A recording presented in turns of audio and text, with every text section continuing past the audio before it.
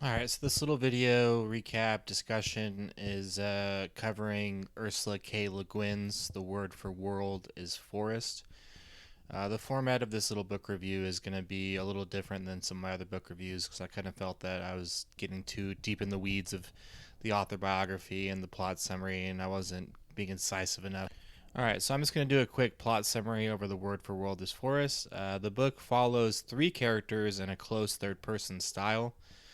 The first character is Davidson, a man who would certainly call himself an Ubermensch or refer to himself as an alpha male. The dude is incredibly xenophobic. He really hates the Creechies or the Ascians, who are a humanoid race led by Selver, who we'll get some more about.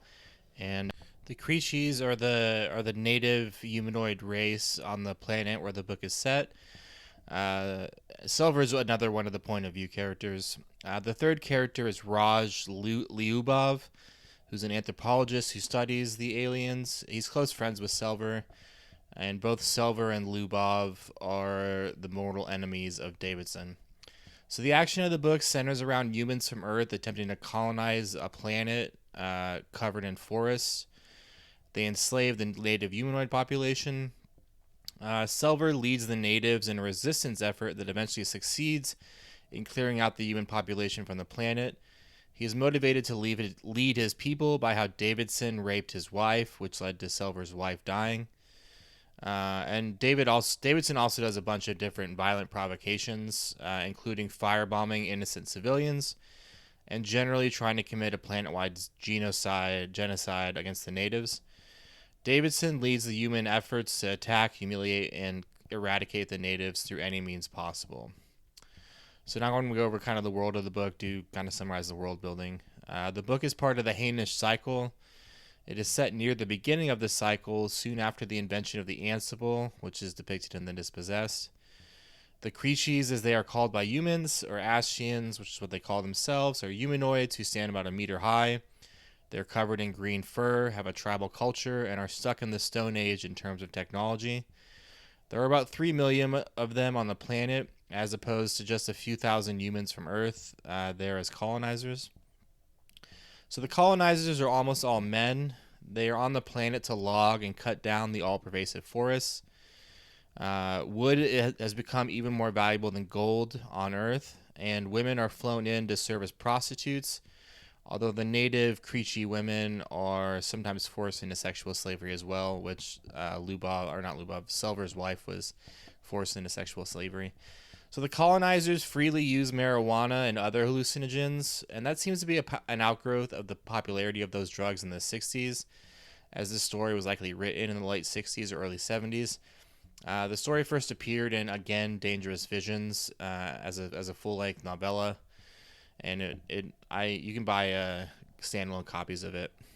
So the natives sleep less than humans do, and they have a complicated and deep dependence on dreaming.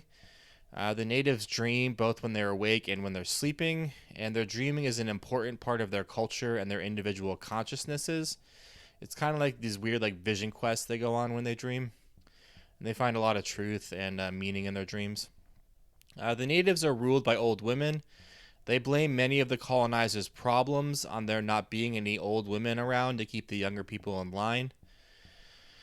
Before the humans came, adult natives solved conflicts by singing at one another, and whoever sang best won the fight. Their young do physically fight some, but violence is basically unheard of for adults, at least until the war with the human colonizers. The book ends on a somewhat sour note, with a human anthropologist asking Selver if his race will continue with their newfound knowledge of war. Selver responds in an unclear way, but it is possible that the peaceful Creechies may continue with their violence. Here's a part of that scene. Sometimes a god comes, Selver said. He brings a new way to do a thing, or a new thing to be done, a new kind of singing, or a dream time, or a new kind of death. He brings us across the bridge between the dream time and the world time. When he has done this, it is done. You cannot take things that exist in the world and try to drive them back into the dream, to hold them inside the dream with walls and pretenses. That is insanity. What is, is. There is no use pretending now that we do not know how to kill one another. which is a pretty chilling quote about the kind of introduction and lasting effect of war on that native species. The other quote I like from this book is, "For if it's all the rest of us who are killed by the suicide, it's himself whom the murderer kills, only he has to do it over and over and over." As a survivor of a suicide attempt, the whole thing about, for a suicide, everyone else is killed. That's a pretty touching and logical way to view it. And then it also, kind of speaks to the second part of that quote, speaks to the lack of humanity of people who kill each other. So this book and The Lathe of Heaven, this is kind of my review part. This book and The Lathe of Heaven are my two favorite things I've ever read by Guin. I've read about 5 or 6 or 7 books by her. I probably prefer Lathe of Heaven, but it's a close competition. The books are like companion pieces to one another. Both books deal a lot with dreaming and the ways in which dreaming can affect the world outside the dreamer. Dreaming has like real significance in both books, real tangible effects. The effects of dreaming on the world are more tangible in The Lathe of Heaven, while in The Word for World is Forest, dreams are framed more as a truth-finding, kind of mystical thing. So the parts featuring Davidson feature more stylized prose and more repetitive prose.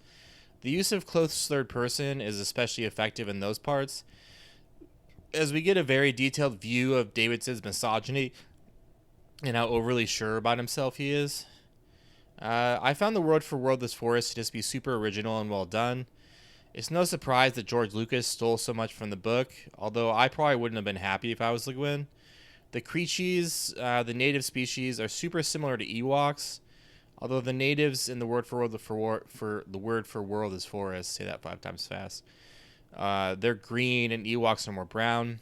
Entor is the name of a town in the book, and Endor is the name of the Ewoks planet in Star Wars. So it's obvious that George Lucas kind of stole some ideas from Le Guin. The plot is fairly conventional, although Le Guin's method of changing which character we follow based on the chapter in question and the more experimental prose elements do lend the book a kind of avant-garde feel. Just as a bit of a trigger warning, there is a fair amount of rape and sexual assault in the book that may make the book not for everyone. It does serve a purpose for the plot and character motivations. There's a lot of misogyny in the book as well, even with more positive characters like Lubov. Like Lubov's still kind of portrayed as seeing women as lesser than and as sexual objects and only sexual objects. It doesn't seem like humanity has progressed culturally at all, even though they are capable of interstellar travel in the book.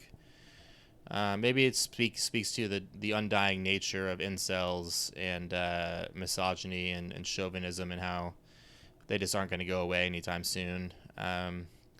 The book feels like an obvious commentary on the Vietnam War. The Vietnam War was most of the combat was in jungles, and the whole planet is a jungle, and The Word for World is Forest. Both feature colonizers with established bases fighting a decentralized enemy who uses guerrilla warfare tactics. Silver and his army use guerrilla warfare tactics, and both the Vietnamese and the natives employed overwhelming force, and they also used outdated weaponry. Silver has a kind of Ho Chi Minh type feel, like kind of a folk hero and stuff, and Davidson feels like an extension of the military-industrial complex. Also, Davidson is clearly racist against Asian people, which feels like a significant detail when reading as it relates to the Vietnam War. It does seem like there's a few different details in there that would make pretty much anyone think of the Vietnam War if they're at all knowledgeable about that time period. So I could see an argument where the natives of the planet are portrayed as a little too perfect and utopic. The Creachies, their society is almost without flaws. They don't necessarily have major issues with one another. They are a bit utopic. Their society does kind of have hints of a Marxist influence as well, where it's small communities that are self-sufficient, and they just do like kind of low-level trading with one another, and it's all kind of low stakes, and there's not like a global government. There's no like taxes. There's not a lot of ownership of stuff. Everything's shared. So the grade for the book, I'd give it an A/an A+, which is the highest grade I can give out in these book reviews. I think it's the first A/A plus of a full novella length or novel length story. Um, yeah, I'm hoping to do some more Le Guin in the future. I'm hoping to go over City of Illusions and Planet of Exile in the near future. So yeah, keep a lookout for those. Like and subscribe, please. And thanks for listening.